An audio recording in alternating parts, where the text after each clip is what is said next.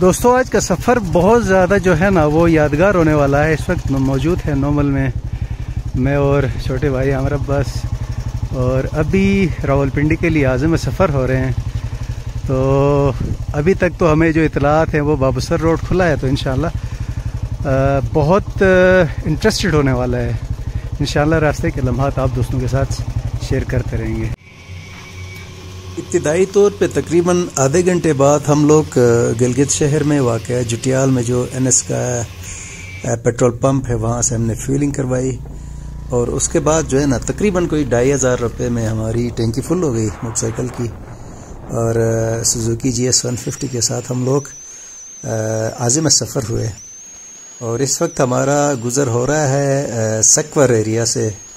باب گلگت کو کراس کیے ہوئے چند منٹ ہی ہو گئے ہیں، اور اس کے بعد بتدریج ہم اس وقت منور جو ہیں وہ کراس کر رہے ہیں. اور لیفٹ سائڈ پہ جو گاؤں نظر آ رہے ہیں وہ اوشک انداز ہے، اور پھر یہ ہم پڑی بنگلہ پہنچے ہیں.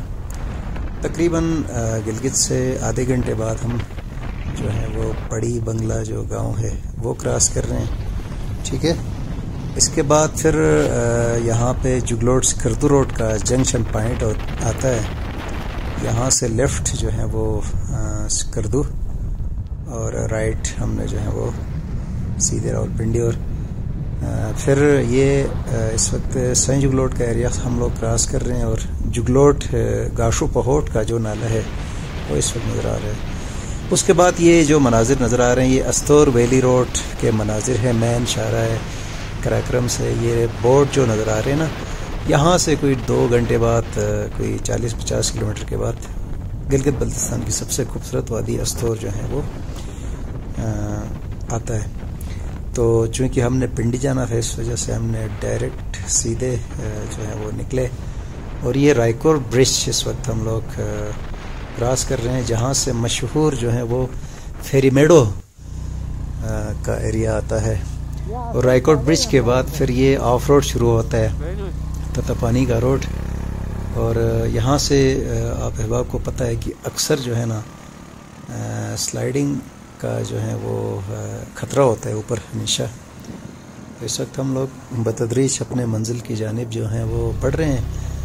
اور یہ تتپانی روڈ ہے جس میں بالکل جو ہے نا وہ کچھ جگہوں پہ روڈ اتنا نیرو ہے کہ آپ لیفٹ رائٹ جو ہے وہ ہوں گے تو سیدھے جو ہے نا دریا برد ہونے کا خطرہ ہوتا ہے.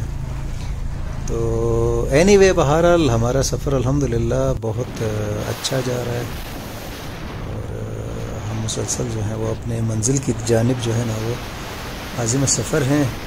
اور 50-60-70 کی سپیڈ پر 2.5 گھنٹے کے بعد ہم لوگ یہاں پہنچے ہیں، اور یہاں پہ روڈ پہ کام ہو رہا ہے نکل رہے کے پاس نا، تو اس لیے انہوں نے دونوں طرف سے ٹریفک کو روکا ہوا ہے. یہ دیکھیں ہماری طرف یہ گاڑیاں کھڑی ہیں، اور آگے کی طرف جو ہے نا وہ گاڑیاں کھڑی ہیں.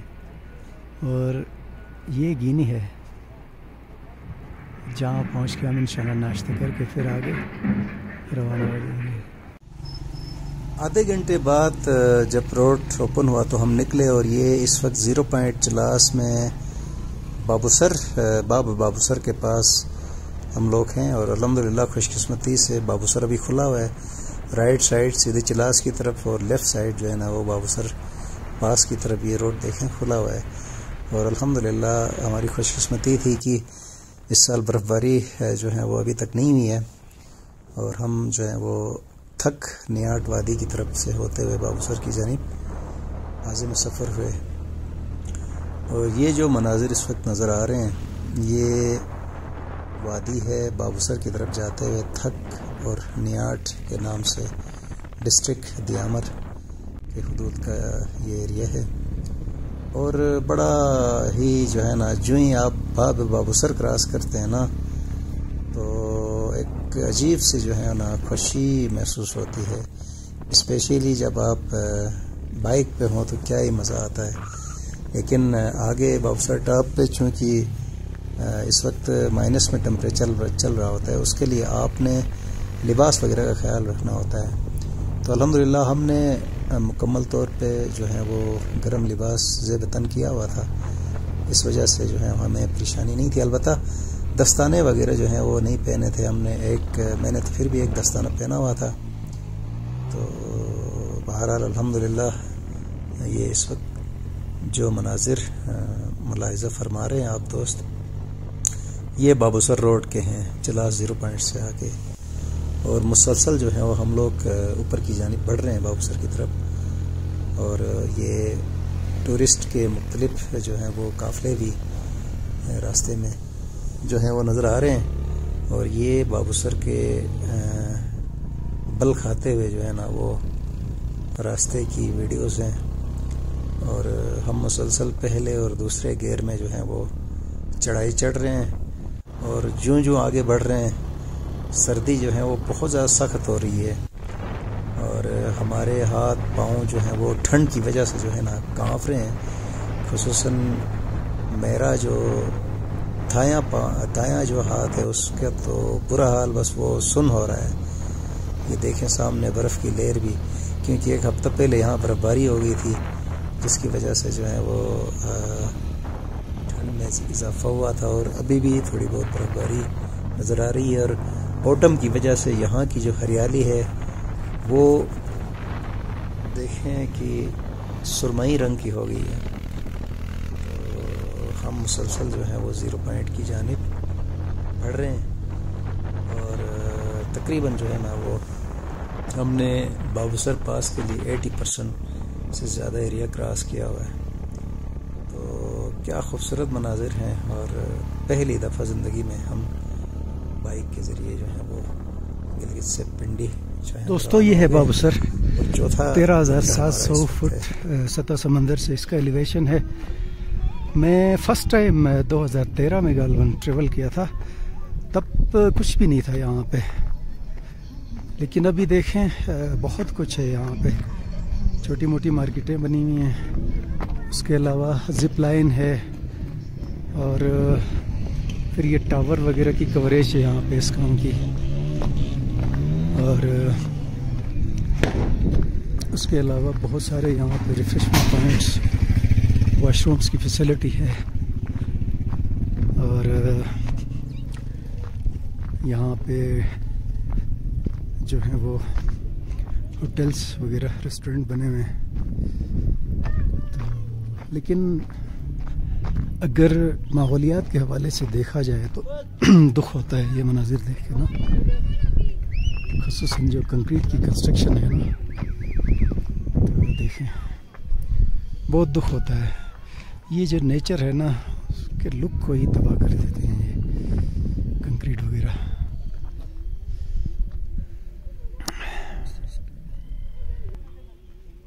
بسم اللہ الرحمن الرحیم. السلام علیکم دوستو. اس وقت میں موجود ہوں بابوسر پاس پر، اور یہ سطح سمندر سے 13,700 فٹ کی بلندی پر واقع ہے. اور آج کا جو ولاگ مزیدار ہونے جا رہا ہے وہ گلگت سے بابوسر کے راستے جو ہے نا وایا بابوسر راولپنڈی تک کا ہمارا رائڈ ہے سوزوکی 150 پہ. تو میرے ساتھ میرے چھوٹے بھائی عامر عباس موجود ہیں. انشاءاللہ اس ولاگ کو اینڈ تک دیکھ لیجیے گا. دوستو ہمیں بابوسر تک جو ہیں وہ گلگت سے تقریباً 4 گھنٹے لگے، اور تقریباً کلومیٹرز کا اگر کیلکولیٹ کیا جائے تو یہ کوئی غالباً 150 کلومیٹر کا فاصلہ بنتا ہے گلگت سٹی سے یہاں تک. یہ بابوسر پاس کے لیے جو سڑک ہے دیکھیں کتنا خوبصورت منظر ہے. اوٹم کا سیزن ہے لیکن پھر بھی بڑا خوبصورت جو ہے نا وہ منظر دکھ رہا ہے. تقریباً ہم صبح کوئی 6:30 بجے نکلے تھے گلگت سے جٹیال سے، اور 10:30 بجے ہم لوگ جو ہے نا وہ یہاں پہنچے. تو انشاءاللہ ہماری منزل جو ہے وہ راولپنڈی ہے. تو انشاءاللہ اگلے مناظر آپ کے ساتھ شیئر کریں گے. تو آج اکتوبر کا مڈ ہے، 18 تاریخ ہے اکتوبر کی، اور یہ مناظر ہیں بابوسر پاس کی.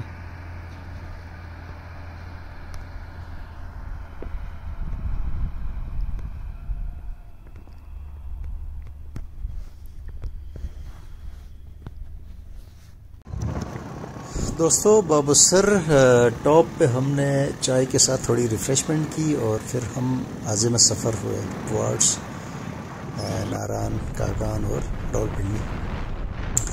ابتدائی طور پہ یہ گیٹی داس کا ایریا ہم نے کراس کیا، اس کے بعد تھوڑا سا آگے جا کے پھر یہ لولوسر جھیل کے مناظر اس وقت سکرین پہ آپ لوگ ملاحظہ فرما رہے ہیں۔ تو اوٹم کا سیزن ہے لیکن پھر بھی بالکل نیلگوں پانی اور بڑا خوبصورت جو ہے وہ ہیوج لیک ہے یہ، تو بڑا خوبصورت منظر ہے، اور آگے بہت زیادہ ٹورسٹ اس کو دیکھنے کے لیے آئے ہوئے ہیں، اور آگے ویو پوائنٹ پہ کافی ساری گاڑیاں بھی ہمیں نظر آ رہی ہیں۔